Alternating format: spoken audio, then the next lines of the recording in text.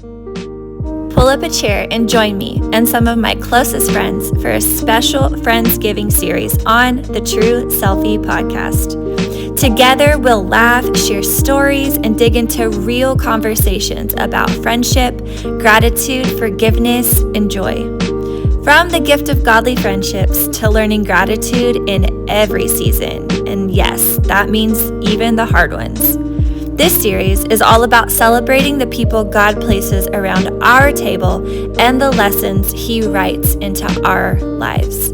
Whether you need encouragement, a reminder to give thanks, or just a little fun holiday joy, this series will fill your heart and point you back to Jesus.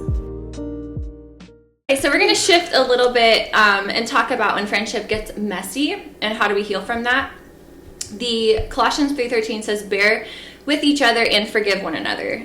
So has there been a time where you have had to forgive a friend and try to restore and move on? Or has there been a time like in a season of your life where you were the one that needed to be forgiven? How do we walk through those as Christians?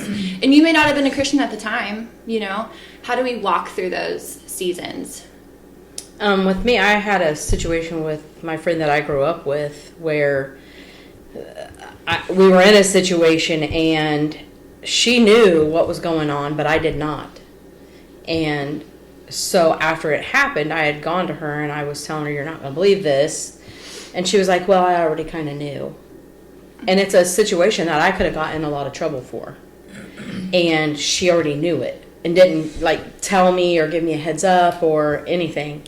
And so that was really hard for me because I thought, how can you be my friend and not tell me something like that, And so that was hard to forgive because I wasn't walking with God at the time. And so I didn't know about forgiveness. I didn't know about Jesus and all the things. And so I just kind of, backed off a little bit from our friendship. And then I knew from that point I had to have a guard up. Although today we're still friends today. I love her. And I just know now, and at the time, I just had to be careful, so. Yeah. Does anybody have a hard time dealing with confrontation? Yes. I'm so bad about that. And I think that's when you say you kind of pulled back and drew a boundary. Mm-hmm. I feel like sometimes I do that because I'm afraid of confronting. Mm-hmm. Mm-hmm. What needs to be happened. Jesse is great at confronting. Yeah. He has no issue with talking about, taboo or the elephant in the room, right? Mm-hmm. But I think that is hard, and it is probably a self-defense mechanism that we try to, instead of confronting our issues, we kind of retreat because it's more comfortable, more easy. I think for me, I've had a couple different friendships back when I was, I would say probably a new Christian. Mm-hmm. I've went to church my whole life, but obviously when you're in college, you kind of, it's like a free-for-all. Mm-hmm. But during that season where I'm trying to grow and I'm trying to do the right thing, there is moments in that season where some of my friendships were calling me out on things, even in the church, and became this big, I can't believe she did that, or why would she do that? And these were people that were talking bad about me publicly to on social media platforms, and so people began to get the wrong impression of a really hard moment where my life was literally in shambles. I was at the lowest point of my life, and the people that are supposed to be my closest friends are either pulling away or talking bad about what's going on. And so it was really hard. Obviously I did what you did. I kind of backed up and I called Guyanna and was in tears. I'm I can't believe someone would say that about me. They know who I am. They know that's not what I'm doing. And she just told me, you just need to let God fight it for you. don't respond. Because sometimes when people do us wrong, like our first reaction is to defend ourselves. Respond.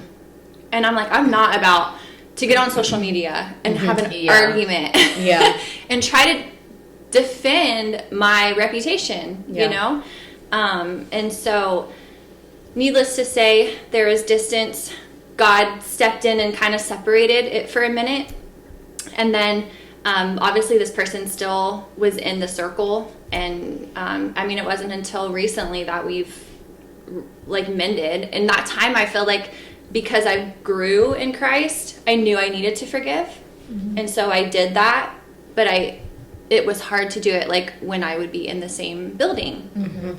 Because all those feelings come back as soon as you and see I'm like, what's wrong with me? Like, I thought that I forgive, you know, but you don't always forget. And I think sometimes if God wanted us to forget everything, he would have wired us that way. Right. But he didn't want us to forget. And so it's learning to forgive over and over and over and over. Because when people do us wrong, we forgive, but like not all. Sometimes those feelings come back, and we have to forgive over and over and over, and that is hard to do. It's very Sometimes hard. it is a daily thing, and I don't think that that's necessarily bad. That's us admitting that we need to forgive over and over and over again. But that is hard because you've got to move past those feelings and not hold the grudge. I know it reminds me of when, like, I don't know if it was a man in the Bible where he asked Jesus, how many times do I have to forgive? 7 times 70? 7 or 7? I don't know. And he was like, basically, like, it's not a number. There's no number you can attach to it. Right. It's over and over and over and over. And when people hurt you, it is hard to do that. But I think it's the most authentic display of your testimony. Because people who don't forgive, when you forgive someone, it shows Christ's love even more.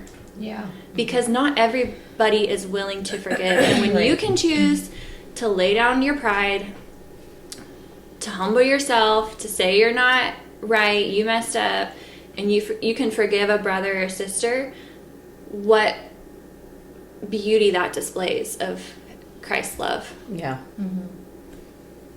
Deanna told me one time last year when I was going through all of my stuff, she goes, sometimes this has always stuck with me, sometimes we have to forgive. Not only did God forgive us, right? So we have to forgive and to teach our kids that God forgives. Like, we have to show our kids forgiveness.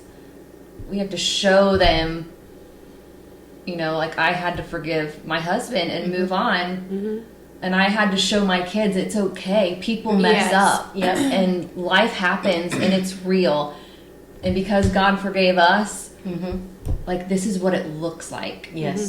And, the transformation that has happened in front of us, like, that is a form of forgiveness. And that has always stuck with me. Like, you have to teach your kids, and this is showing them. This is showing them God's forgiveness right in front of them. This is teaching them. It's a and real that life just example. hit me like a brick, and I just walked away like, she's so right. Like, I'm teaching my girls. Like, I'm teaching our kids, this is what forgiveness looks like. And this is how God changes us, and we move on. That's why, like, I always get so, when, like, married couples will fight in front of their kids and then go behind a door and apologize and reconcile, say I'm sorry. Like, if you're gonna fight in front of your kids, then please show them the full circle moment, how you had said you were sorry, why you were forgiving, that moment. Because all they see is the brokenness. They don't see it coming back together, and it does give them a false representation of what relationships look like. So I do think that's a very powerful statement. that we are the walking example. Yeah. Yeah. We don't realize that all of the eyes that are on us. Yeah. You know, forgiveness is so much more. You know, you hear people say it's not really for the other person, it's for you. Yeah. A lot of Christians don't necessarily forgive. Yeah. Some people carry around bitterness and like a revengeful spirit. You know, like, well, they're gonna get what's coming to him. Like, that's not forgiveness. No. Right. No. That's anger. That's turned into bitterness, turned into wrath. You know. Well, and I think that keeps us stuck there too. We can't move on, Right. Yeah. right? If we Yeah. stay stuck in it, we can't move on. Can't grow. Yeah. Yeah, so true. James 5:16 says, "Confess your sins to each other and pray for each other that you might be healed." And I have written down, healing often happens in the context of honest friendship. So we were just talking about before when we were eating. You were just kind of sharing a little bit and how much healing happens when you have wise counsel next to you that is honest friendship. Yeah. Like, if you were to dish out, you know, what you just dished out, and you had different people sitting next to you, like, that conversation wouldn't have been so hopeful. Yeah. Wouldn't have been so full of life. Yeah. Sometimes people love to see you fail, Yeah. and Yeah. they take it. And run with it. Yeah. Yeah. So to have your right circle of friends is life changing. Yeah. I agree. I've seen so many times when, like, people are on the brink of divorce and the girl has so many single friends around her, and then I see the divorce happen and I'm like, that was not supposed to happen. Yeah. Yeah. Like, that was not supposed to. But because she had people in her ear telling her probably things. Persuasion. Yeah. And now, like, not only has it broken a covenant, but it's broken a family apart. Yeah. Right. Because healing wasn't happening in a group of honest friends.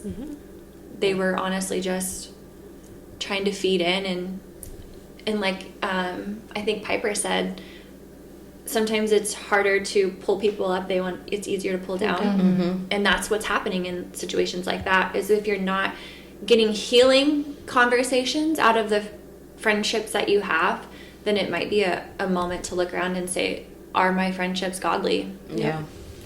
Yeah. Being careful, you know, about who you let speak into your life. Yeah. What do you guys think? I have the quote that I wrote down. It was, "Forgiveness doesn't mean pretending nothing happened. It means choosing not to live bound by it." So it's a choice. You choose. You know, does this take me down? Yeah. Or do we move on? Because it's bounding you, not the other person. Right. And that's a choice you choose daily. Is it going to pull me down negative, or am I going to move on in a positive way? Yeah. I have a really good friend too, and we were talking one day. She was going through some things with her husband. I was going through some things with my husband, and we were venting, but we also did full circle and came back around and started lifting each other up. You know, Yeah. this happened, and we're talking about it. This is what's going on, but this is what we need to do to keep this from happening again. You know, like, Yeah. we need to pray about it. We need to give it to God and let Him handle it. Yeah. So you have those moments too where you have your little vent session with your godly friends, and you say things like, we've had conversations like that, and then you'll let me say what I need to say, and then you lift me back up out of that. You know, you don't judge me. You don't, you know, you give me your advice of, this is what I think needs to happen, and this is what you as the wife needs to be doing. And her and I have had those conversations, but because we're both Christian, we're saying what we need to say, but we're also lifting each other back up too. You know, not encouraging, okay, you need to get away from him, or whatever. Yeah. That maybe Sometimes sometimes you just need to vent or let something out to get that encouragement. Yeah. I know that I've, came to all three of you at some point just because I know that one of you have been through something that I have, or would have some kind of encouragement in that moment that I'm in.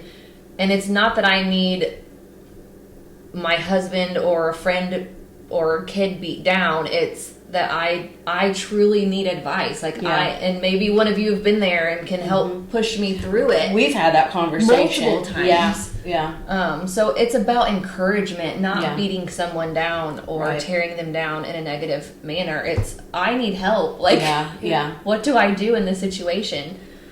So I think that's, very important. It's validating, like, our feelings. Like, yes, I understand why you're feeling that way, but then it's taking it and saying, but this is what God's word says. Right. This is what the truth says. This is how you should be regardless of how you're feeling or what the circumstances. I know, and then we're like, yeah, you're right. I know, we're always like, I knew you were going to say that. But that's true. That's what we're supposed to do. Right. Yes. Yeah.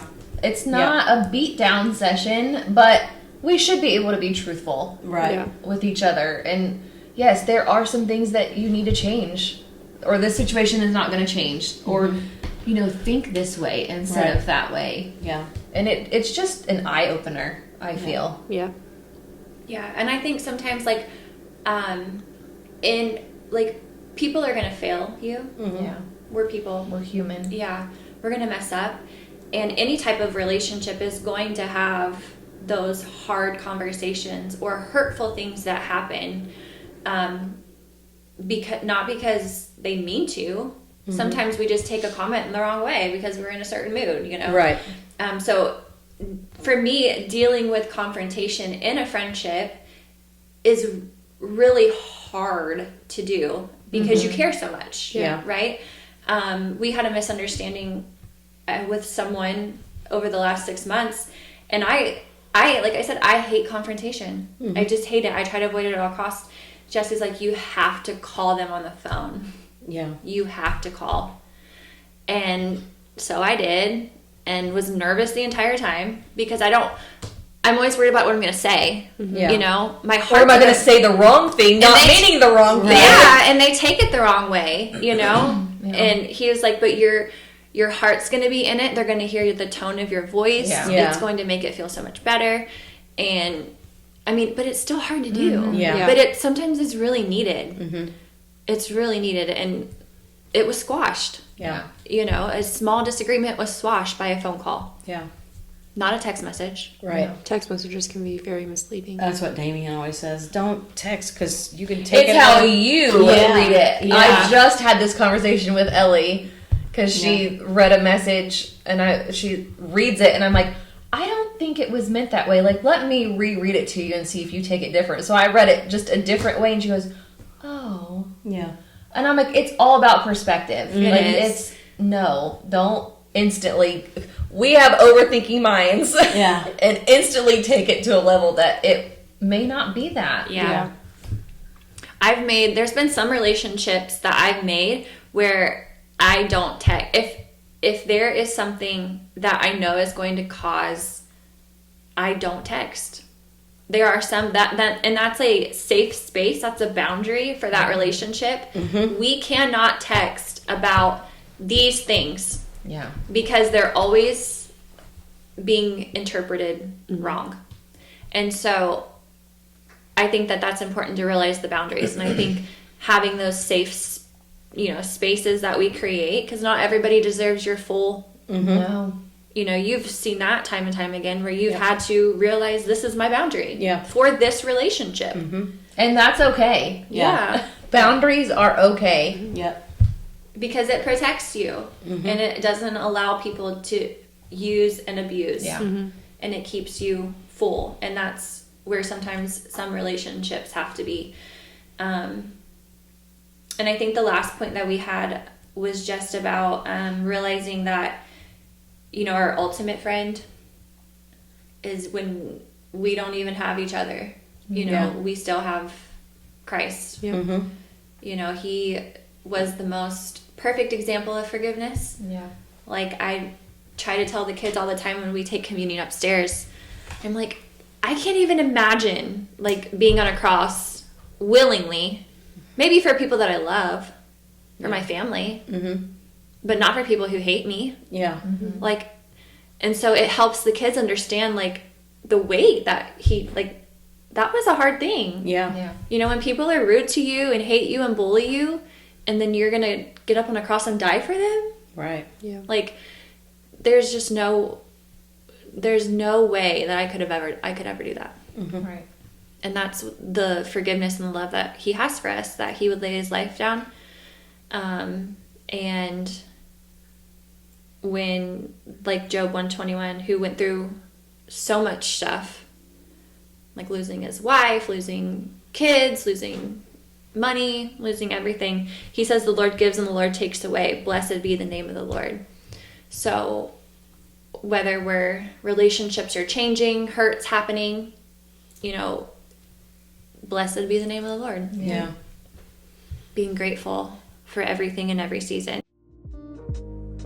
That's it for today's Friendsgiving chat. And don't forget to share this episode and join us next week for another seat around the table.